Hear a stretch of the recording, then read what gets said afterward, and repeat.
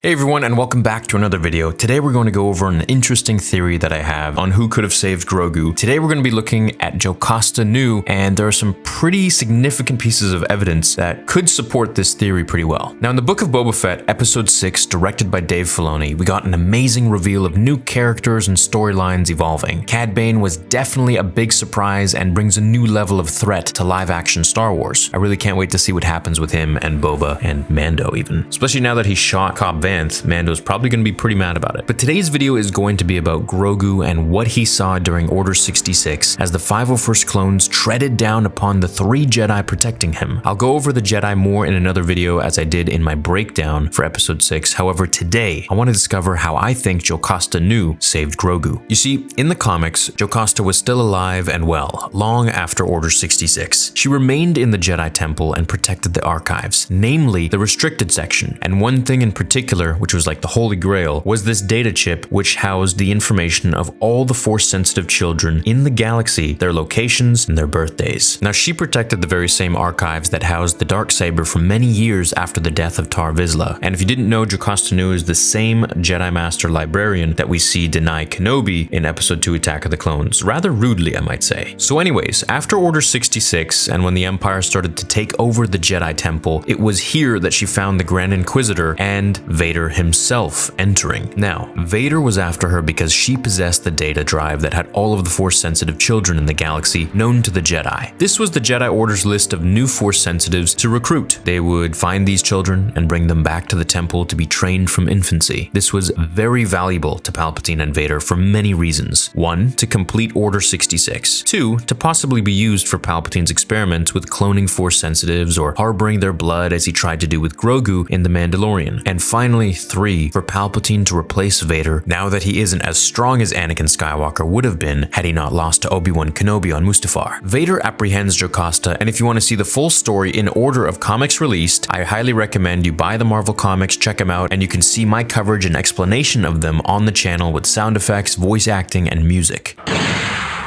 As Jocasta begins to tell Vader that she feels the dark side emanate from his very being in waves, she fires another blast at him. As Jocasta continues her monologue, she tells Vader that she knows he was Anakin Skywalker and has now been twisted into Palpatine's tool to stamp out the light side of the Force. In short, Vader grabbed the data chip after fighting Jocasta Nu. He takes it from her and plugged it in, seeing all of the names in his ocular lenses.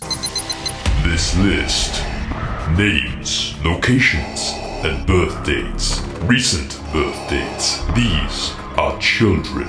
Vader realizes that these are all targets remaining from Order 66. Jocasta Nu tells him that she knows Palpatine ordered him to keep her alive, and that he doesn't even know why. Jocasta Nu met her untimely demise at the hands of Vader when she revealed to the shock troopers that he is indeed Anakin Skywalker, to which Vader of course had to just blow up the whole thing and kill everybody. Jocasta says, "Jedi? You idiot! You don't even know who you're supposed to hate. You're taking orders from a Jedi. This man is Anakin Skywalker, a Jedi Knight." As Vader blasts all the troopers with the Force from the ship, Jocasta Nu asks, "What becomes of me?"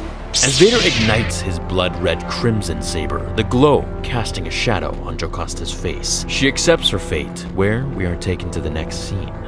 Master, I have a report. Jocasta Nu tried to escape our custody. After eliminating Jocasta Nu, Vader eliminates the data chip as well, crushing it in his hand, and all the names of the Force sensitives, locations, and their birthdays go with it. Return to me, my apprentice. I would hear the story of the witch's end. But first, tell me, did you learn anything from Jocasta before her death?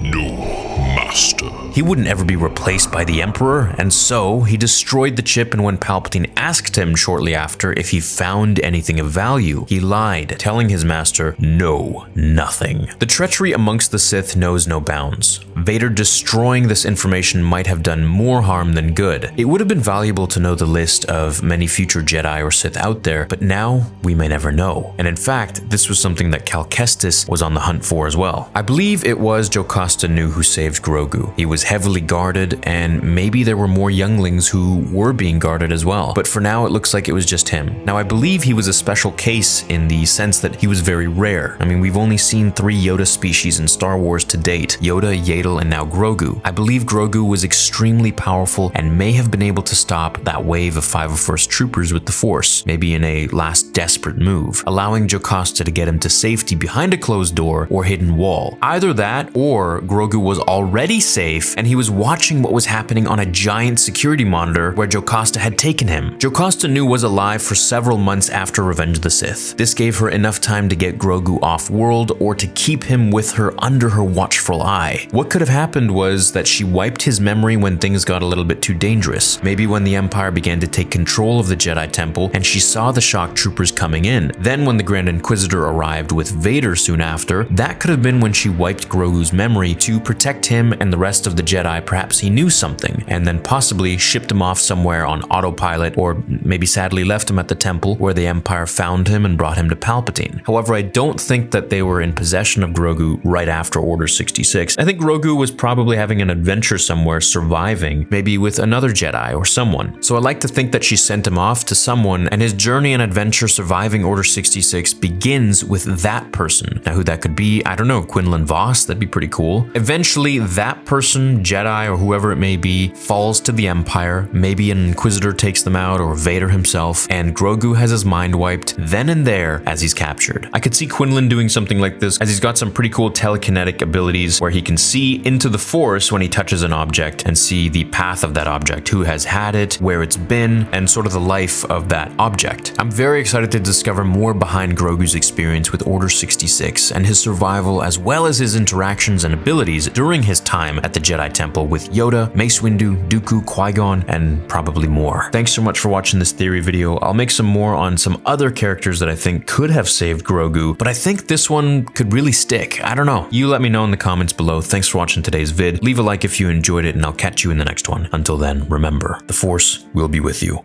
always.